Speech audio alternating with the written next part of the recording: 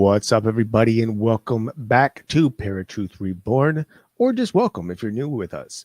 This is a pre-recorded show on 107.7 FM New Orleans and United Public Radio Network. My name is Eric. And I'm Justin. Justin, I've got a question for you. Do you step on cracks or perhaps toss spilled salt over your shoulder? I used to not step on cracks, but now I don't care. The salt over the shoulder, no, I don't. But I know plenty that do. Yeah, I always thought the tossing the salt over your shoulder is kind of a weird thing. Like, I get the idea behind it, but then you're just making a mess that you have to vacuum up later. Right. It doesn't make much sense. Or you get bugs. I don't know. The reason I asked you that question, and the reason why I asked him that question, folks, is because today we are talking about primarily superstitions. A superstition is basically a belief or practice that isn't based on facts or scientific evidence, and often involving a belief in luck, magic, or omens.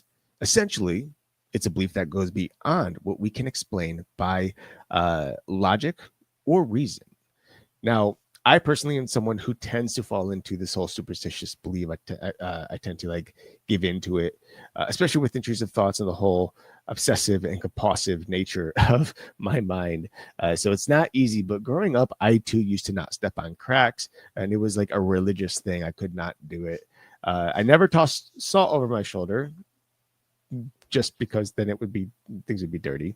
That's the only reason. So that's, but wouldn't walk under ladders. I would. That I still don't do to this. Still don't do that? Okay. Yeah.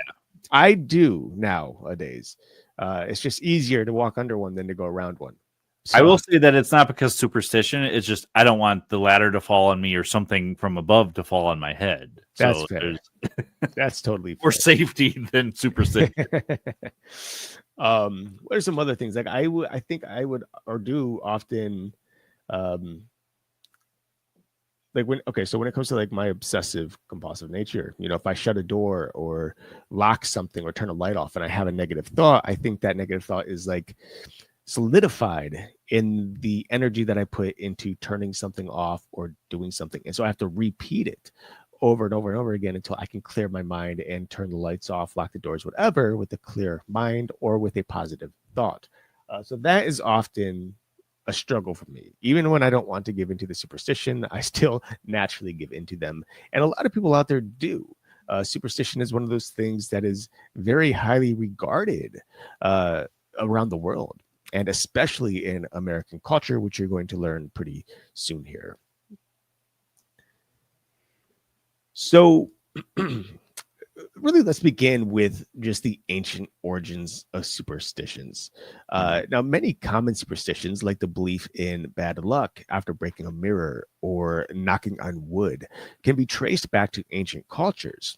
For example, the Romans believed that breaking a mirror meant damaging one's reflection, thus harming their soul. The practice of knocking on wood, typically done to ward off bad fortunes or tempting fate, is believed to stem from the ancient pagan beliefs that spirits were thought to reside in trees. Therefore, knocking on trees or wood was done to call upon the tree spirits for protection and good luck. And you'll see a lot of these superstitions do have a basis in the supernatural to begin with, or the spiritual. But there's also some common sense ones as well. Mm. Well, and something that is I found fascinating getting the research for this was that it all stems from ancient culture, which a lot of the stuff we talk about today, vampires, werewolves, that kind of stuff stems from that too. So right. Well, now then there's, of course, the religious influences regarding the superstitions. Some superstitions are linked to religious beliefs and practices, though they may have evolved independently from the religious practice itself. For instance, the superstition of saying "bless you" after someone sneezes may have originated from the early belief that one could expel their soul through the sneeze, while others believe the term originated as a form of prayer to protect the sneezer or the sneezing person from illness or plague. Now, on top of that, there's also the psychology of belief, in which superstitions can also be seen as a way for individuals to feel more in control of situations, such as I do with my OCD, or to cope with uncertainty or fear. Finally, there's cultural universality versus cultural specificity. I hate long words and difficult words, as you all know. Cultural universality suggests that certain traits, behaviors, or elements are shared across all cultures, regardless of geographic location or historical period. On the other hand, cultural specificity basically emphasizes the unique practices, traditions, and beliefs that distinguish different cultures from one another.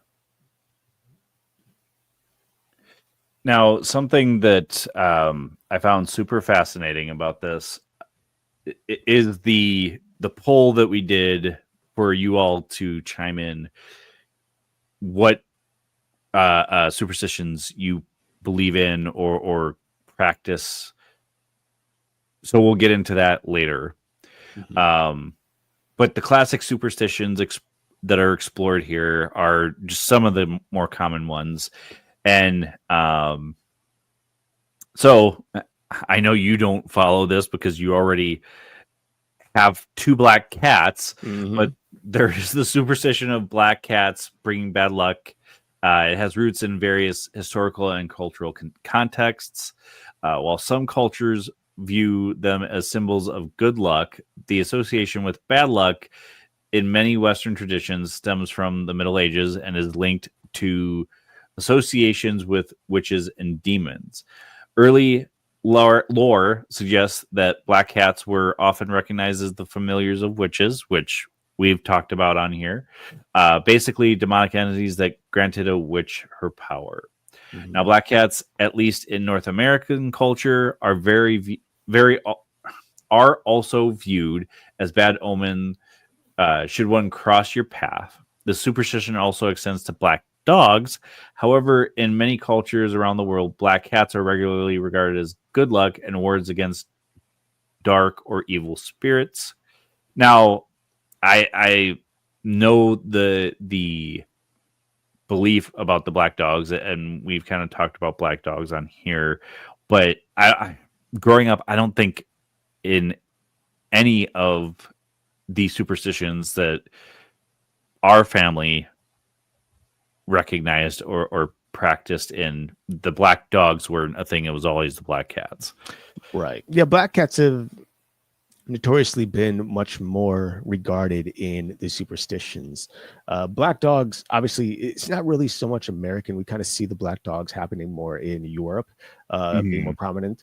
Not more prominent than black cats per se, but also black cats in other places around the world tend to be seen as good luck and good omens. The whole bad luck, bad omen thing is much more North American than anything. And for some reason, I don't know what it is, but Americans like to make everything darker and scarier for some reason.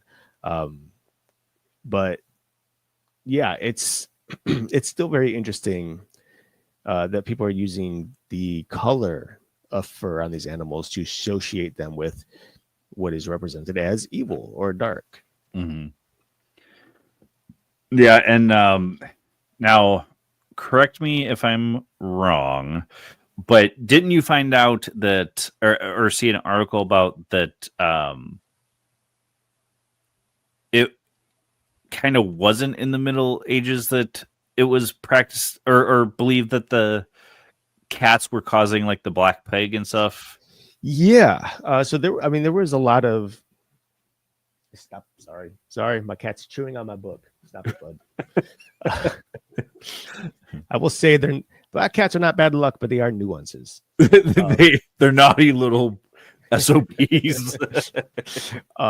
Yes. So yeah, I was doing research on the Black Plague. Every once in a while, I tend to take a interest of mine and I research it over again. Um, and in this case, I decided to look up the Black Plague and do some more deeper dives to see what's changed, because there's always new evidence coming out. You believe it Mhm. or not, a lot of these historical events that are hundreds of years old are still being studied today. And so there's always new material coming out on these subject matters. Now, one of the superstitions or one of the beliefs was that the Black Plague was started because there was a fear monger back in the 1300s. They believed that witches were very prominent, and black cats, cats in general, but primarily black cats, were therefore the familiars of witches. And so the Europeans went around and killed a ton of cats, burning them and drowning them and all the stuff. As a result, these rats started to manifest more and more around people. And eventually, due to carrying the plague, or the fleas on them that carried the plague in particular, started getting around food sources, started biting people. And yeah, it was basically like, well, how ironic, right? You kill all the cats would normally kill the rats, but there's no cats, so the rats spread. That, of course, is just folklore. In reality, the cats were not, searched out and killed. I'm not saying there weren't cats that were killed at some point or another, but it wasn't like a mass killing of cats during those times. Instead, it just happened that these rats grew ever more popular and found their way onto the streets, probably looking for new food sources.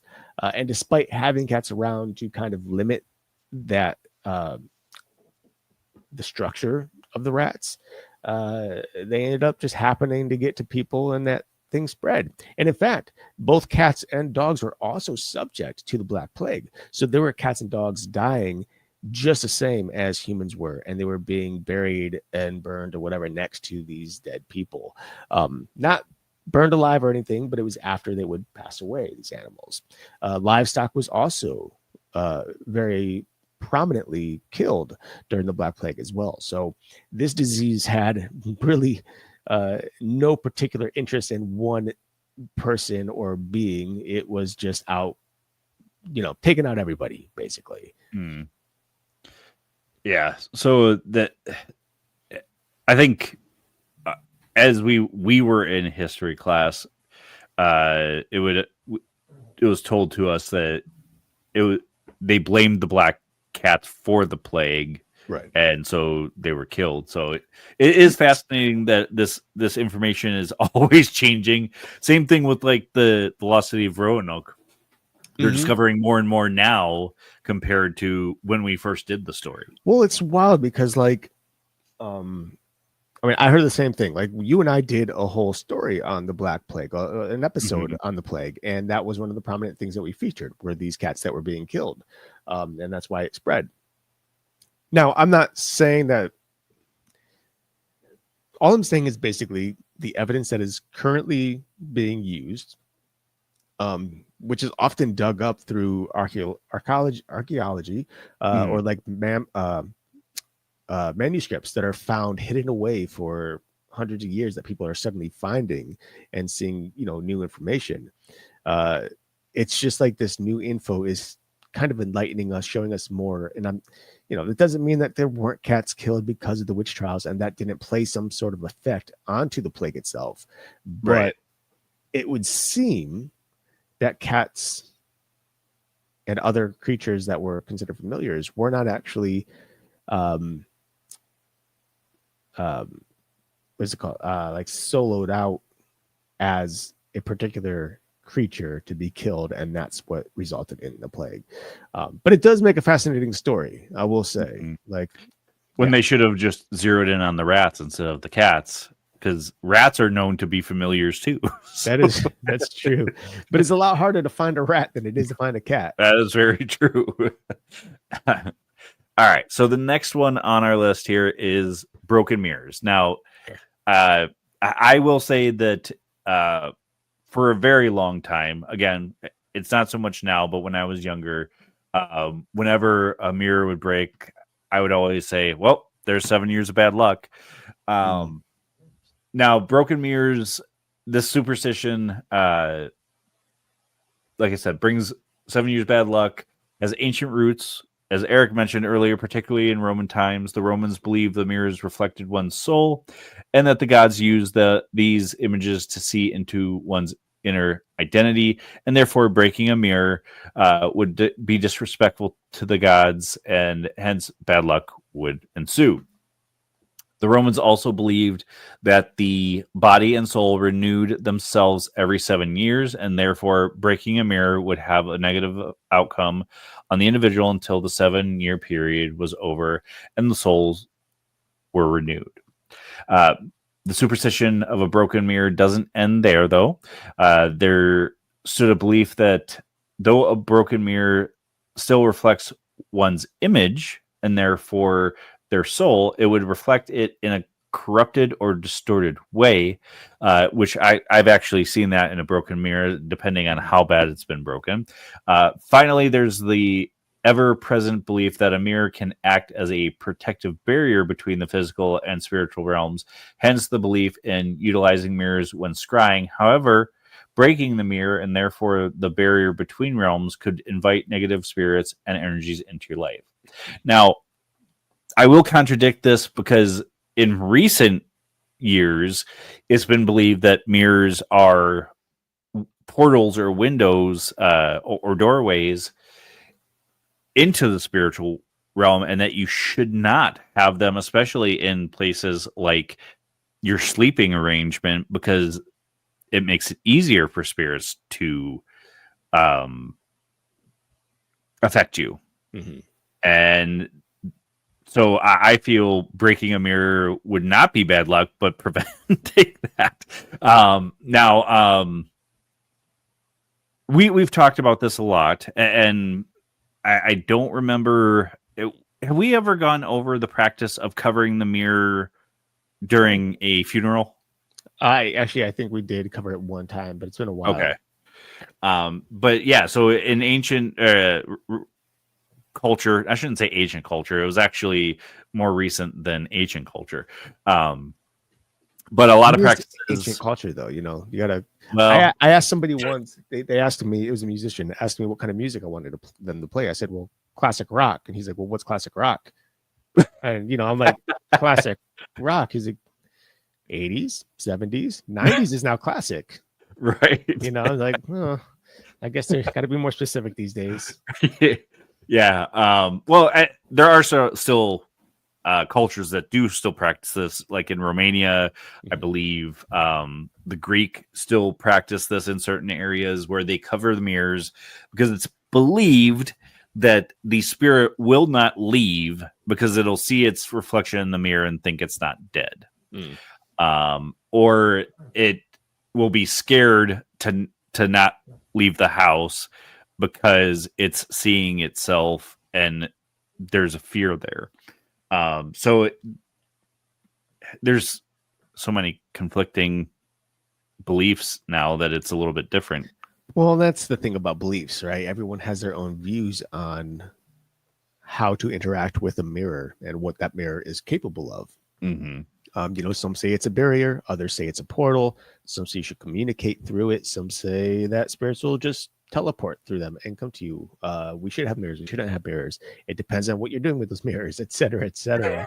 There's long been a belief, or at least a discussion, in which if someone were to be either died or was brutally murdered in a mirror, that whole situation would somehow get pulled into that mirror as kind of like a residual haunt, and they would become trapped, or the story, or not the story, but the elements of the murder would become trapped in the mirror. And some will say the spirits of those people or that person was trapped in there. Kind of like the Bloody Mary. Kind of like the Bloody Mary thing. Yeah, exactly. Or Candyman or any of those. And, like you said, some say that when you break a mirror, it's bad luck. While others say if there's a spirit trapped in a mirror or trying to get to you through a mirror, it is important to break that mirror because it can't come through the broken pieces. But instead, it's kind of stuck. The portal is shattered, basically. Which doesn't make a whole lot of sense to me personally, because now I just see, you just took one evil spirit and created way too many. Several. And they can all come out now, because a mirror is still a mirror, whether it's broken or not. It's reflective. So, Very good point. And if pop culture has taught us anything, that Murphy's Law is, again, an SOB. Whatever can go wrong will. So, oh, there goes the tail. There goes the tail. All right. So, spilling salt. The superstition that spilling salt brings bad luck likely originated from the depiction of Judas Iscariot spilling a salt cellar in Leonardo da Vinci's The Last Supper. While the painting is a well-known representation, the belief that spilling salt is unlucky predates da Vinci's work. Obviously, I feel that it would go way further back than that. The idea of salt being a symbol of purity and protection, and thus a potential source of bad luck when spilled, may also contribute to the superstition. And in Eric's particular case, it would be dirty, so you can't use it anymore, and you just dirtied your floor on top of that. So the fact that salt was a valuable commodity in some cultures, spilling it could be seen as a waste of resource and disrespect. I can see that, especially in the European cultures. On the flip side, tossing salt over your left shoulder is believed to blind the devil. So there's a link to Christianity there. Prevent negative energies and ward off evil spirits. Salt has also been used to create circles or line properties with the belief that it would protect the user against demons or witches, which may have attributed to the prior. And that is actually still practiced in the paranormal, supernatural, new age communities today. And I still remember to this day circling your car with salt when we would go do investigations. Yep. Well, there is this thing about salt, and we see even like in the Bible that salt is considered kind of a purifying element.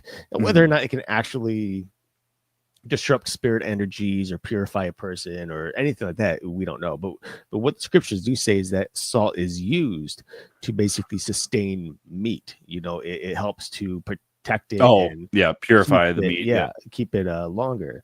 And so that kind of idea translates. If it's capable of doing that, then it's capable of purifying or protecting a property as well. But the saltiness does lose, or the salt does lose its saltiness eventually, and that's something that needs to be considered, right? So for individuals who tend to line their property, their yard basically, but the property lines of their house, some will put it around their home, around the yards, across doors, stuff like that. Once it rains or the wind blows heavy enough, that salt is gone and it's no longer usable. So there are certain things that need to be taken into consideration when using salt for those purposes. But yeah, for a long time, many years, since ancient times, and we're talking like Mesopotamia, salt has been seen and believed that it is has a have a high regard for the purity of salt in and of itself. Yeah. And I think we've kind of covered this before. Salt is also a crystal, which many people believe crystals have protective properties. So, all right, next up, and I will say I don't do this. Again, it's not because of bad luck, but it's because I don't want to deal with messing up the floor in the house. Opening an umbrella indoors, and that's more so coming from outside going inside. You mean if you're using it in the rain? And yeah. I was like, well, how are you going to mess up your floor if you open an umbrella? But there's rain on the umbrella. Okay, that makes more sense. That's why I clarified, because I guess I don't know. It's also, again, a safety thing. Like somebody could literally get hurt if you open an umbrella indoors and they're not paying attention. The superstition against opening umbrellas indoors likely originated from a combination of practical reasons and cultural beliefs. Early umbrellas often made of metal with sharp spokes, my point exactly, could be dangerous to open inside, causing accidents and damage. Additionally, in some cultures, umbrellas were seen as symbols of power or sun protection, and opening them indoors away from the sun was considered disrespectful to the sun god Ra. Because umbrellas were seen as a form of protection, opening them indoors may have also been seen as challenging a guardian or house spirits. So I can kind of see where this one came from, even though I honestly don't know how far back the invention of the umbrella goes. I mean, for a very long time, we've used coverings to protect ourselves from the elements and the sun, but the umbrella itself specifically, I guess. Right. But all right, last one that I included in here because again, these are just the most common. There's so many more superstitions out in the world, and I think even more pop up daily. Is the evil eye, and we have kind of talked about this when we talked about charms and protection. The evil eye belief and associated practices are ancient, with origins tracing back to Mesopotamia around 5000 BC, with written and archaeological evidence suggesting even the Sumerians were some of the first to adopt the evil eye practices and beliefs. These beliefs would eventually be adopted into ancient Greek and Roman cultures, which I have seen a lot of that fact. And even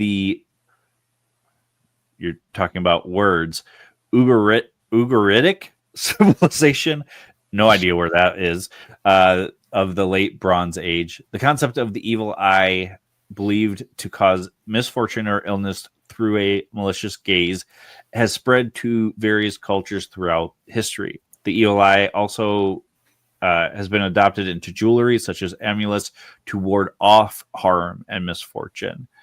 And even when somebody would draw an evil eye, a lot of people believe that if an evil eye was being drawn like under a bed or something, that was to curse you. In a lot of research now, it's hinted that that particular practice was to protect you from somebody using the evil eye against you. Now, I will ask you this: out of all the ones that we read, have you bought into any of those other than the black cats, of course, because obviously you have black cats? Yeah, I mean there was a time where I did buy into the black cats, and that changed over the years, of course. Honestly, I gave into. There were a lot of these that broken mirrors, walking under ladders, but I've broken mirrors, and I cannot tell you a time that I had literally 7 years of bad luck. Maybe a few days, but I don't think it was associated to The broken mirror. The broken mirror. And walking under ladders, it's kind of something that's become common for me, either when doing yard work or when I'm on set. Working, sometimes the easiest and safest route is to go under the ladder, especially when working in tight spaces. And the same thing with the umbrellas. I used to not open umbrellas in the home, but of course film making kind of forced me to use umbrellas indoors, because sometimes that's what we need to do for a scene. Especially if you're doing like a set, where you're supposed to be outside, but you're actually filming inside. So that has always been relatively new for me with opening the umbrellas. But yeah, for most of these, I mean, I don't really think too much over them. The evil eye is probably one of the ones that is least prominent to me. Like, my cat gives me the evil eye all the time, so and it's been okay so far. But what I think is really interesting about the evil eye, though, is we use the evil eye in order to ward off the evil eye, if you will. And so in that case, you're kind of using a double negative to create a positive, which I think is really interesting, because I don't know if many people think about that. I do, clearly. And I don't know. I know you have always been interested in the evil eye. That's something that you really used as a source of protection or have. I will say the all-seeing eye over the evil eye. It's still the same concept. It just goes back to Egyptian culture rather than like Mesopotamia and earlier cultures. Right. And, the one thing with the evil eye and the all-seeing eye is that it is used prominently throughout the world. It's one of the most popular symbols in use today since ancient times. Since ancient times. And there seems to be no slowing down the particular use for those things. Obviously it's on the American dollar, and we, like you said, we see it in Egypt, and it's wild to me that there's so many conspiracies around the all-seeing eye and the evil eye, but that comes with the territory, I suppose. Yeah, well, and something that I reading through these, ancient cultures didn't have safety precautions like we do now, so I seriously feel it was easier just to blame a deity or a phenomenon or a spirit rather than say, hey, you're going to hurt yourself, don't do that. Right. Because the fear was there. Right. I appreciate your concern. Apparently I want to assure you Gemini thinks I'm talking to it. I want to know what he was. Where was he going with that? I don't know. It heard all-seeing eye and heard AI instead. He's like trying to. No, I'm not doing that. I swear I'm not watching you. Yeah, you are. Yeah, you are.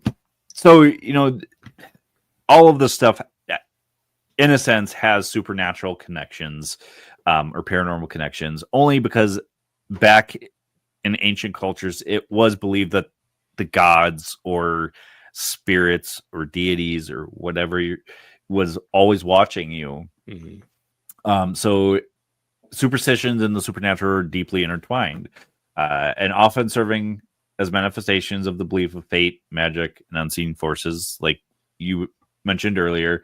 Superstitions essentially beliefs and practices considered irrational or supernatural, frequently tied to notions of good or bad luck and perceived influence from the supernatural. Many superstitions arrive from the belief that unseen forces, spirits, or magic can affect earthly events and human experiences. This belief is often accompanied by rituals or practices intended to influence these unseen forces and secure favorable outcomes. So reading that description right there very much reminds me of the OCD that you suffer from daily, because it kind of makes you wonder that maybe these people were suffering from some type of OCD or whatnot, because they believed that doing one thing would make the bad things not happen, which is the kind of the belief that you go by for your OCD, right? Yeah, more or less. I mean, and I think it also has the opposite. Like, you can say that it is a mental disorder, and like back then people believed, based on superstition, that it was actually that these obsessions or the compulsions or anxiety even were created by spirits, as opposed to just the mind itself being fallible and therefore corrupted and capable of falling into disease or illness of some sort. But on the flip side, these are things that can also very well be spiritual. We have, or at least I have, seen and have heard stories of people who were prayed over because of schizophrenia or depression or anxiety. And after praying over them and casting out various demons, those people were cured from those things, and they've been living happy and well ever since, free from their disorders. Now, I do think that they probably go hand in hand. There are some individuals who have spiritual attachments that create these types of things, and then there are some people who don't, and they just have, unfortunately, a mind that suffers from these various illnesses. Well, we've talked about how it could be both too, that a spirit or demon can exacerbate the mental illness or disorder to cause even further harm. And and that's something that I have witnessed personally, where my anxiety or OCD is calm, and then all of a sudden I'm in a situation where there is a spirit or an entity, and I use the word entity separate from spirit, because an entity is usually considered a demonic or evil type spirit, whereas a spirit is usually referred to as a ghost or something good, but can also be used to refer to something negative as well. But yeah, when I go into those situations, those homes or those places where maybe a darker entity is, then my anxiety, my depression, the OCD, the obsessiveness especially tends to build and become stronger, and it's harder to fight against those things when it's being influenced by an entity of some sort. So yeah, I agree. I think they can certainly go hand in hand, and some people suffer from both. And so it's important to get the spiritual help while also seeking the physical or mental help from a psychiatrist or therapist or whatever, or self-help books, things like that. You have to work both sides, because if you work one more than the other, then you're always going to be lacking. You're always going to be struggling somewhere. So it's important to be well-rounded and find balance. Yeah, in any aspect of your life, exactly. Now, superstitions often revolve around the idea that certain events or occurrences are signs of future events, either good or bad. We see this in like doppelganger sightings and stuff like that as well. I'm sure we did an episode on this, but like Abraham Lincoln seeing his doppelganger in the mirror, and the one side of his face was kind of like a dead face, very gray. And then I think it was only a few months later when he was assassinated. So another example of this is seeing a black cat crossing your path is often considered a bad omen, while finding a penny is seen as good luck, unless it's face down, which this does not say. I forgot to put that in there. Face up is good luck, face down is bad luck. Another thing for the penny situation is a lot of people believe that finding coins can be considered a sign from the spirit realm if you're looking for a sign and ask for that particular sign. Superstitions can also stem from a fear of the unknown and the desire to exert some control over unpredictable situations. Engaging in superstitious behaviors like wearing a lucky charm or performing a ritual can provide a sense of control and reduce anxiety in the face of uncertainty. I mean, look at a lot of the athletes to this day will have like a lucky sock they wear, or a lucky that they never wash for years on it, right? Or jockstrap, which is disgusting. Why do you have to bring that up? Come on, this is supposed to be a clean, family-friendly show. I didn't say anything other than jockstrap. Well, you and I both also have, of course, have lucky charms or whatever. Yeah, I've kept a lucky penny in my pocket for months after I've found it before. And I of course wore my black obsidian amulet that I would always wear. And like some of these things, they serve their purpose for a while, and then they're released, and you put them wherever, like you get rid of them, or you just like I don't wear my amulet anymore. Just no real reason. Just I already wear 2 necklaces, and adding a third is like oof. But on occasion, if like, getting heavy. Yeah, on occasion though, if the if the energy is like negative around me, I'm feeling that thickness, I'm feeling some sort of way where it feels like an energy source is affecting me in a bad way, I will go ahead and put on that black obsidian amulet that I have, and then almost immediately I feel the difference. I feel that energy change just because of its source, the power that black obsidian has in absorbing negative energies. And the same goes with like any other type of crystal, for that matter, whatever your particular crystal is. I know some people identify with certain crystals, kind of resonate with them, but also just various metals. We think of the St. Christopher medallions that we had once upon a time. I mean, there's one you sent me. You sent me this cross, and for those of you watching, you can see online. This guy has a St. Christopher on the back here, on the front well, in the middle there is the St. Christopher coin, so it's the front and back. Is that there? We go. Yeah, kind of.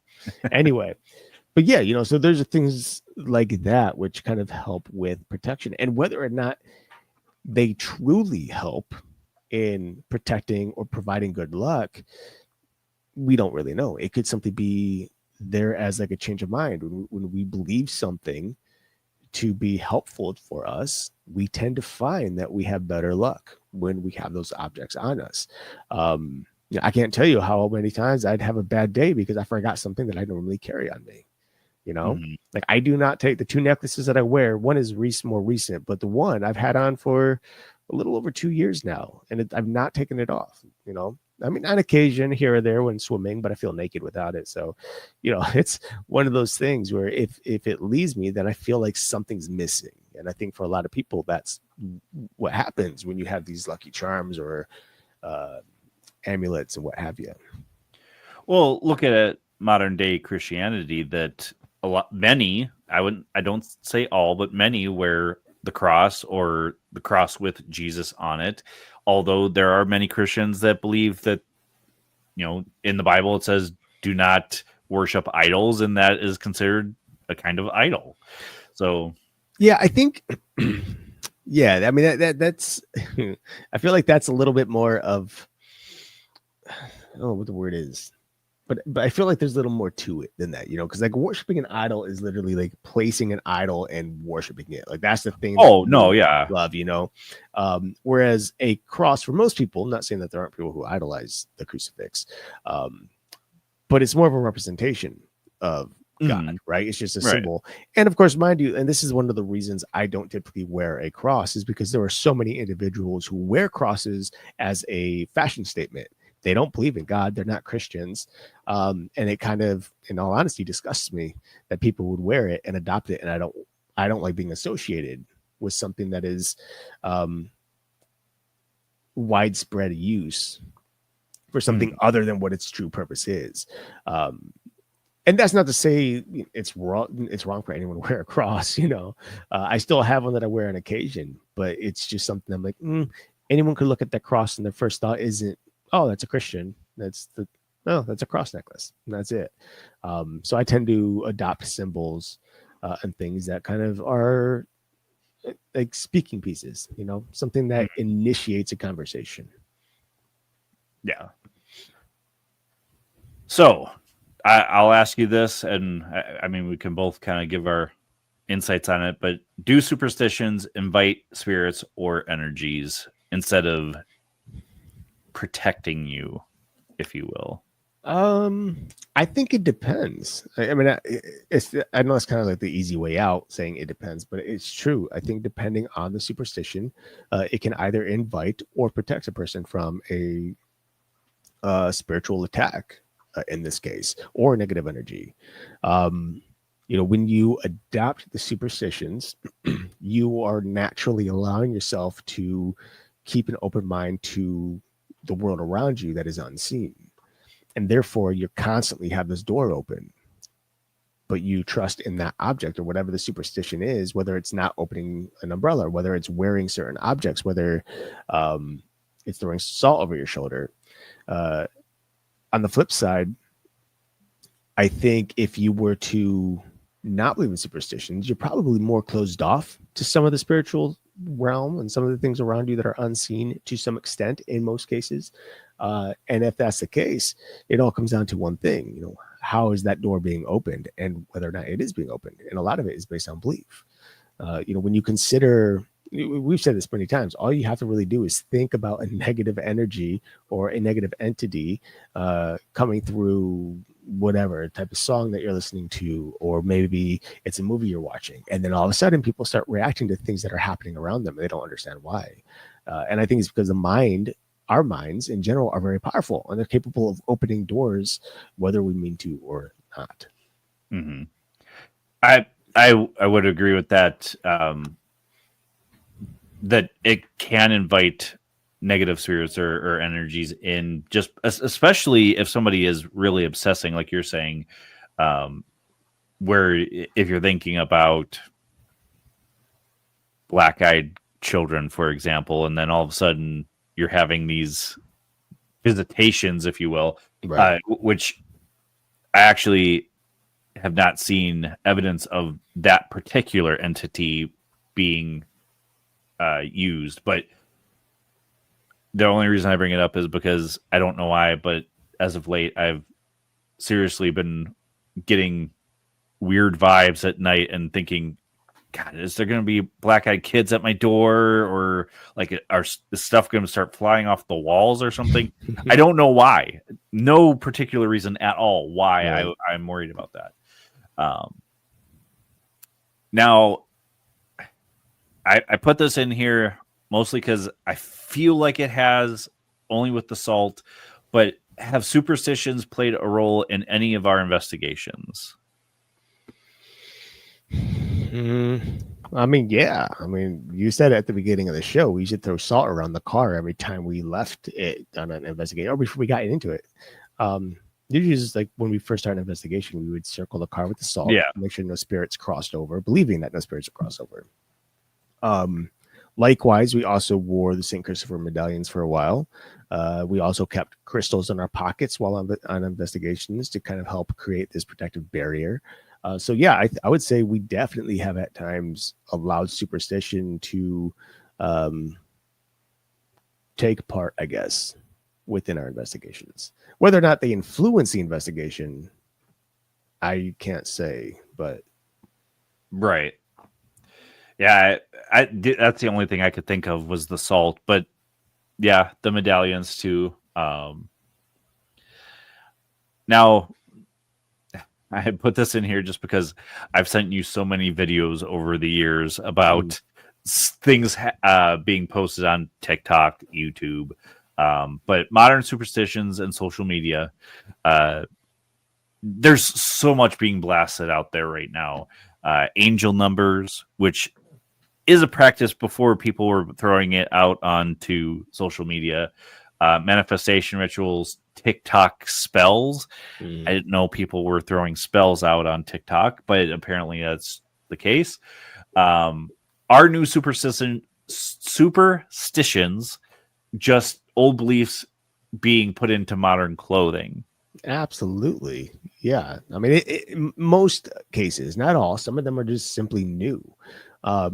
We live in a world now where, we call it the new age. And of course, the new age is a very broad umbrella term for all the things that people are doing or experiencing these days. We have Christian witches, which is relatively new. I've had that discussion just this week with somebody that was interesting. But there are so many individuals who I think are starting to fall into superstitions more and more these days, especially with how things have been turning when it comes to wars, when it comes to American politics, when it comes to just world politics for that matter, when it comes to daily living and how one person lives their life versus somebody else, and whether or not someone's going through a bad situation or a good situation. Like, what are the things that influence either or? And so, yeah, I think there are a lot of people who, they want, in this case, like thinking about angel numbers and thinking about the manifestation rituals and TikTok spells and all of that, people want some sort of physical way to kind of balance their understanding of the modern world with their own beliefs. And sometimes it's hard, like even personally as a Christian, it's very hard for me sometimes to just fully have faith that God is going to come through, that he's going to, be there for me, that he's going to come through on his promises that he's promised me. And that's a natural thing, I think, for any human being to fall into, to have that doubt every once in a while. But some people take it much further and they want something a little more physical that they can kind of do on their own. It becomes more of a selfish, and for those of you, I hope you don't take that word too personal, because I know selfish could be kind of harsh, but it's a selfish way of trying to find one's course, I guess, right? So instead of praying to God for help, people want to start manifesting things on their own. They want to start creating things happening in their lives on their own. And so that's where the spells come in. So it becomes very, very personal in that sense. And I think that's going to continue to happen as the years move on. Like where exactly we're going, I have no clue. Like at this point, I have no idea. I thought we were going somewhere good years ago. You know, I thought we were going to be living in some crazy futuristic world right now. And we're still, I think we're falling backwards. So I'm waiting for Neanderthals to pop up soon. Or some type of dystopia. Some sort of just, yeah, it's, yeah. Yeah. All right. So like I mentioned earlier, we did do a poll. For those that participated, I created a little pie chart here. So the majority of beliefs was I avoid walking under ladders. That was 27.3%. I knock on wood for luck. That was 27.3%. Next was I won't open umbrellas indoors. That was 18.2%. I toss salt over my shoulder. That was only 9.1%. Black cats crossing your path was 9.1%. And breaking a mirror, 7 years bad luck, 9.1%. Now, it is a huge eye opener to see that even today, people are practicing the protection against these superstitions. But final thoughts for you. Are superstitions real, and should we protect ourselves against them? I think they're real if you want them to be real. You know, there's this saying that says that we create our own bad luck. And I think that's very true. When you put your mind on the idea that only negative things are going to happen, then the chances are only negative things will happen. And it's not because the world is out to get you, but it's because you trick your own mind and body into doing things that evolve into negative outcomes. Now, I'm one who does knock on wood on occasion when I say something, you know, and usually I say something out of a joke. And that's when the knock on wood comes in. Yeah. But nonetheless, you know, that's something that I do. Whether or not I believe that whatever it is actually going to happen if I don't knock on wood, that's a hard one. You know, that's psychiatry, because like, and part of me is like, I don't, but then the other part of me is like, yeah, I kind of do. Like if I don't knock on that wood, something might happen. But it's all part of the OCD, the obsessions and the compulsions. That's why I give into them, because there is a part of me that does believe that bad things will happen if I don't fix them by doing these little rituals. But yeah, no, I do think that that people often will create their own bad luck more than anything. And so it's important, again, to kind of read or watch self-help books or videos to help you understand yourself and understand the world and understand the situations you're going through, so that you can manifest better outcomes for your life. And part of that is really just having a positive outlook on things, which isn't easy. It's very much not easy. Easier said than done, as I always say. Yeah. But I think truly that's the first step. Like if we want to break free from these superstitions, we need to trust that good things will happen, even if we happen to open an umbrella indoors or walk under a ladder. Yeah, there's so many things going on in this day and age that fear of the unknown or of superstitions or what have you, I feel is the least of our worries right now. So if you didn't participate in the poll, our question to you is, what is the weirdest superstition you follow? Put it in the comments, reach out to us on social media. You can even email us if you like. That's fine too. Anything else you can think of that we might have missed for superstitions? I don't think so. Okay. So I really wanted to do this episode because when we first started up ParaTruth, one of the first ones we did was Friday the 13th and superstitions. and my birthday falls on Friday the 13th this year. And so it just brought that to the forefront of my mind. Not that I've ever thought Friday the 13th is, or my birthday falling on Friday the 13th is bad luck or anything like that. But that's one of those common ones too, which we actually didn't cover this time. But next week we'll be talking about the American witch trials. Eric will be gone for this one. He's got work again, so I'm going to be bringing on JJ Rose, which has been on several shows on UPRN. I want to say she has her own show. I'm not 100% on that.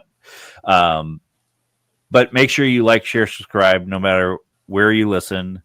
Again, this has been a pre-recorded show on United Public Radio Network and 107.7 FM New Orleans.